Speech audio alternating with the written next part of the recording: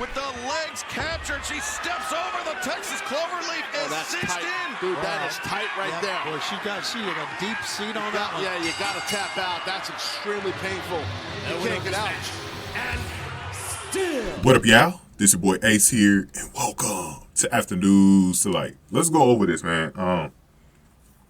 Skye Blue won her Battle Royal or Fatal 4-Way, my bad. I'm thinking of the Thea Hill one from NXT.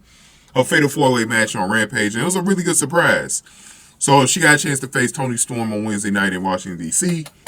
at the Capital One Arena, and Toni Storm bought out Ruby Soho. So Saraya didn't come out with him because, I don't know, I think Saraya is just taking a break right now, but Saraya, they would say Saraya didn't want to be caught dead in a city like Washington, D.C. That was funny. It was funny because Ruby Soho had like a what you call that, a fat head or whatever, in her hand, a cardboard cutout of Saraya. It was pretty funny. So also of note, because I'm going to do the next video I'm going to do is I'm going to talk about Skye Blue's mother, because there was a spot between Skye Blue and the Outcast, Toni Storm, and Ruby Soho that was pretty fun. But Blue hugged her mother, and I said this before, man. I wish this match could have took place in Chicago, but at least Skye Blue will be fighting in Chicago on Saturday. I'm going to talk more about that at the end, though. But she is going to be fighting with Willow Nightingale, who got involved in the match. Who got involved after the match. They're going to be in a tag team match against Ruby Soho and Toni Storm. But I would have loved to have seen, especially since the mother was there, that they had. You're going to be in Chicago twice coming up, man. Collision and Dynamite next week. Why couldn't you say this match for, to be in Skye Blue's hometown? But I guess they wanted a big championship match in DC, so I didn't have a problem with it, but I was just like, man, bringing the mom out there and everything. I'm like, damn, bro. So I want to talk about the spot with the mother in the next video, so definitely stay tuned for that one. But let's go into the midpoint of the match. So after the PIP break, it sounded like, basically it sounded like Blue was getting a lot of offense and the crowd was like kind of doing some cheering. Blue performed a head scissors takedown and then worked over Storm with a knee and a kick. Blue charged Storm, who sent Blue to ringside. Storm went to the floor and hugged Soho before tossing Blue back inside the ring. Storm grabbed the can of spray paint and walked past the referee, who then argued with Soho like an idiot. It was another of those referee distractions. Blue pulled out a can of spray paint of her own and beat Storm to the punch. I like that. I like that little twist there from Skye Blue. Blue performed a destroyer and had the pin. The crowd was really excited because they thought they were going to see an upset here, but the referee was still caught up with Soho. Then Skye Blue super kicked Soho off the apron, but that was enough time to let Toni Storm kind of recover. She took advantage of the distraction and hit the Storm Zero, which only led to a near fall. I got a problem with that because I don't think you should have Toni Storm use that move unless, I know they're trying to build up the near falls and stuff like that, but this is why I like people to have more than one finisher, so that if you could use let's say you had a finisher in your arsenal that's nobody ever kicks out of, except on a very rare occasion. This is a chance for you to use your other this is why some people also had submission holds, so they could go to that. But I didn't like how Skye Blue kicked out of that because it makes the Storm Zero look weak, it's not effective or something like that.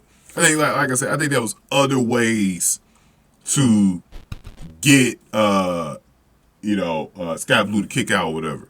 But Storm acted shocked, and then she applied a cloverleaf and got the submission win. So she did use that cloverleaf and got the submission win. So this is what I was talking about. Usually, if they don't get the finisher off, they usually go to the submission win. But I just love the Storm Zero so much. It's an effective finisher, and I think it should look strong, especially when Toni Storm's the champion. Make sure their finishers always look effective. Don't take away from their finishers, bro. This is why I say they should have more than one or a devastating move that someone could kick out of. I think there was more ways to do it, but so that was all she wrote for Skye Blue. The match went about 7 minutes, so Toni Storm retained. Nobody's surprised by that. Let's go to the poll. And you guys weren't surprised at the poll either. Let's go over it. Better, you know what? Let's do this. So I got 2 polls out there. And if you're watching this video and you haven't voted yet, go into the community tab and vote. So I did a poll earlier this week. I think it was like on Sunday. I put up a poll between, because last week was a historic week for both Thea Hale and Skye Blue, who are young pillars in both companies, right?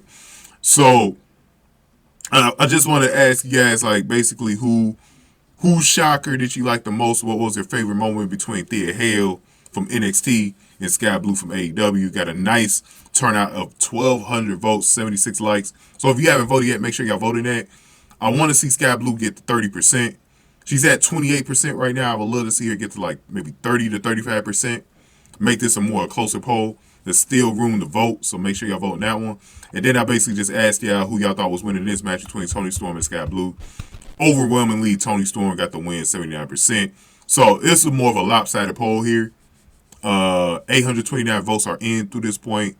Almost 40 likes, so thank y'all for voting. Keep voting in this one, even if you know the results. So thank y'all there. But yeah, so there was a run-in right after that where the heel duel actually attacked Skye Blue.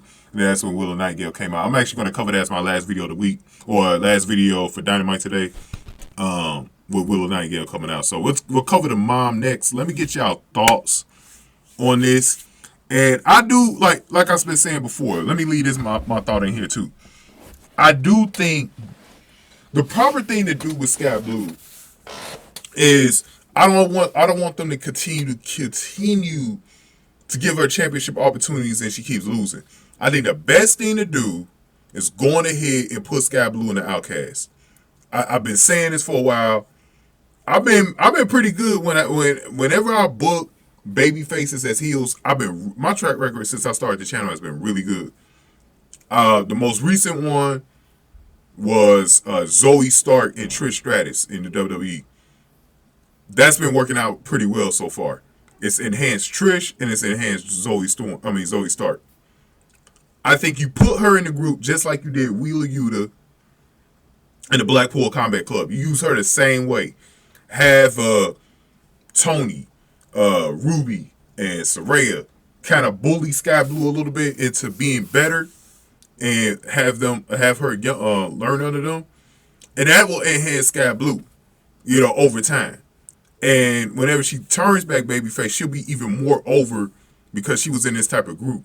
So I think you could definitely work that in at some point. Because I think it just makes a lot more sense than just having her constantly lose to the Outcast all the time. At least if you put her on the same team, and she fits the mold. She's in that punk rock type thing. I think she'll fit with the Outcast, man. I really do. Let me get y'all thoughts, man. Go ahead and give this video a like, share, subscribe. We're going to talk about her mother next and how she got involved in the match. Thank y'all for watching this one. After News to Light.